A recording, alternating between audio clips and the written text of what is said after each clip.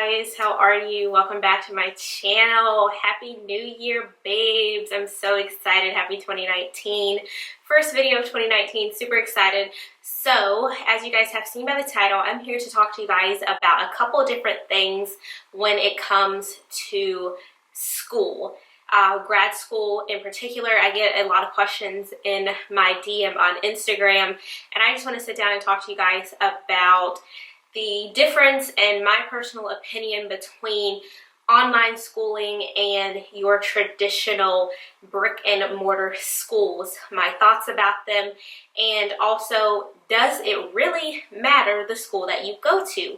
And that's from a broad perspective from undergrad and grad school. So that's basically what I'm here to talk about. And of course, as always, if you're new to my channel, welcome. Don't forget to hit that subscribe button down below, as well as the little bell so you get notifications every time I post a new video. And if you guys are interested in hearing what I have to say about these topics, then please keep watching. So I want to address a topic that I get asked a lot in person and as well as online in my DMs, and that is, does it really matter where you go to school for your nurse practitioner or advanced degree? We'll just say advanced degree. So I want to say from a personal perspective that yes, in my opinion, it does matter where you choose to go to school to pursue your advanced degree. Now, when it comes down to where you went for your undergrad, that might not be that much of an important factor when you're applying for acceptance into an advanced practice program.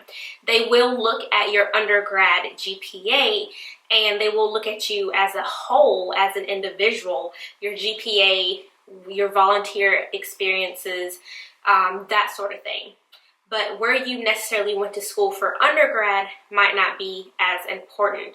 But speaking from an advanced practice provider level, so you're wanting to go back to school to be an advanced provider, so we're talking CRNA, NP, PA, that sort of thing. Yes, it is very important the school that you choose to go to, because let's say for the most part, these schools are primarily online, with the exclusion of CRNA. So, because we know most of those classes, you're not going to be online. So, yes, it is very important where you choose to go to school at. You want to look at things like acceptance rate. So, how many applicants are they actually willing to accept? What is the retention rate of the school that you're going to?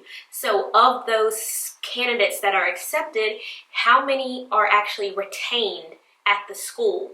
And then what is the graduation rate? So how many are accepted? How many stay in the program long enough to finish? And what is the graduation rate? Now, I say that this is important because we know that primarily a lot of schools are now online. And I'm speaking from a nurse practitioner perspective. I just want to throw that out there because, as you guys know, I am in an adult gerontology acute care nurse practitioner program. I've been in my program for a year now. If you don't know, now you know. And so yes, I'm speaking from a nurse practitioner program. So a lot of these programs are online. So once again, it does matter where you go, because you want to make sure that you are getting the best education possible. You don't want to get scammed out of your money and get a subpar education. So you want to make sure that when you are choosing a program, whether it be for FNP, acute care, women's health, psychiatric NP, whatever it is, you want to make sure that you are choosing a reputable school first and foremost. So do extensive research. Do a campus visit if you can. My school is actually a university, and they offer the program on campus, but they also offer it online for students who can't attend on campus. So I highly recommend those types of programs. Now, yes, there are some programs who are structured solely online, and there's nothing wrong with that, but just make sure you do your thorough research, because you as the student are paying for that education no matter how you're paying for it, whether it's a scholarship, whether it's financial aid, Whether you're in the military and you're getting that GI Bill or whatever the case may be, you are funding this education and you don't want a subpar education. Because when you pass your boards and you do present yourself to potential employers, they're going to look at your resume. They're going to look and see where you went to school at. They're going to look at your GPA. They're going to know where you went to school. So you definitely want a reputable school. Now, jumping forward, as far as going to a traditional brick and mortar school versus getting online schooling, my thoughts and opinions on this. So, I feel like online school is wonderful. I am an online student. Like I just said, my program is through a university. So if I was living in the state in which my university is at, then of course I could take classes on campus if I wanted to or if I was able to, but I'm not, so therefore I'm going through the online route. Now, with that being said, what I don't like, hear me clearly, people. What I do not like are the naysayers. What I do not like are the people that want to slide through with no education. The people that want to slide through with the subpar education. And if you don't like what I have to say, find me in my DM and we can talk about it. The people that want to try to say just because we are taking classes online, we are receiving a subpar education or we don't take our education seriously, because that is not the truth. That is not true at all. Actually, in actuality, what I would like to say, for my personal opinion, is it takes a lot to be an online student. You actually have to be more accountable than just getting up and going to campus. You have to log in. You're not sitting in front of a professor. You're listening to already pre-recorded lectures.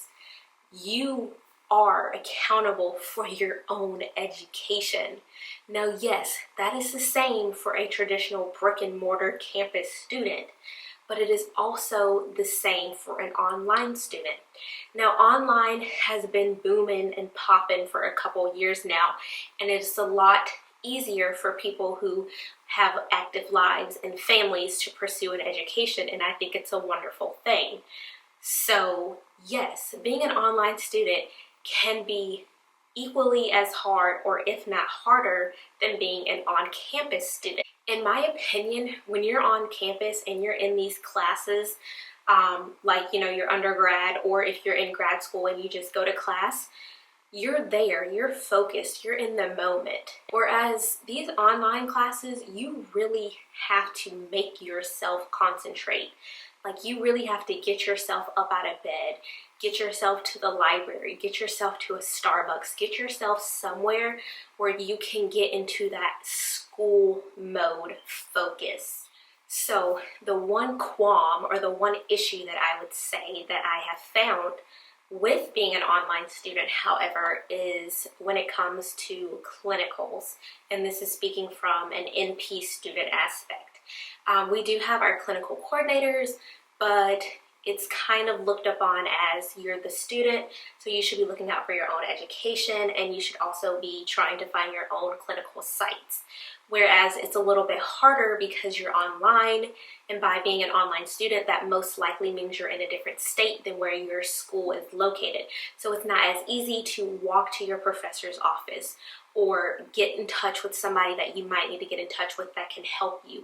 It's a little bit harder when it comes down to clinical placements, because a lot of the locations where you can do your clinical sites are attached to hospital facilities. These hospital facilities are already going to give precedence to the students from the local area first, and then if they have any open spots left, then you could slide through. So that's a little bit of a dilemma that I've been having when it comes to securing clinical sites, even for this upcoming year. Yes, I'm coming to you and you can see that I'm an NP student, but they automatically want to know, well, what school are you going to? And then I'll tell them. They know it's not a local school, so then I automatically am told, okay, well, our students from this local school in the area are going to get precedence first. So that's the only issue that I would find that I've been having, and I know other students have been having that same issue as well.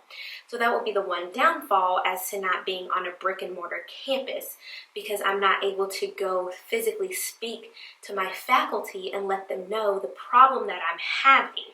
Basically, when it comes down to it, you guys, regardless of where you go to school at, you can go to a traditional brick and mortar school or you can be an online student. At the end of the day, you're responsible for your own education. How bad do you want it?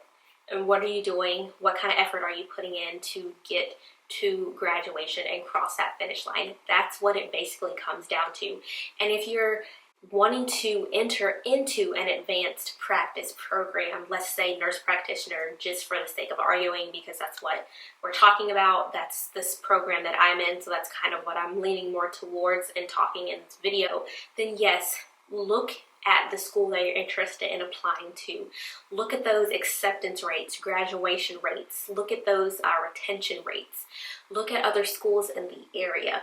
Look at the school that you're interested in and see what hospitals they are affiliated with, because that will help you in the long run if you get in, because you know you're going to need to do your clinicals.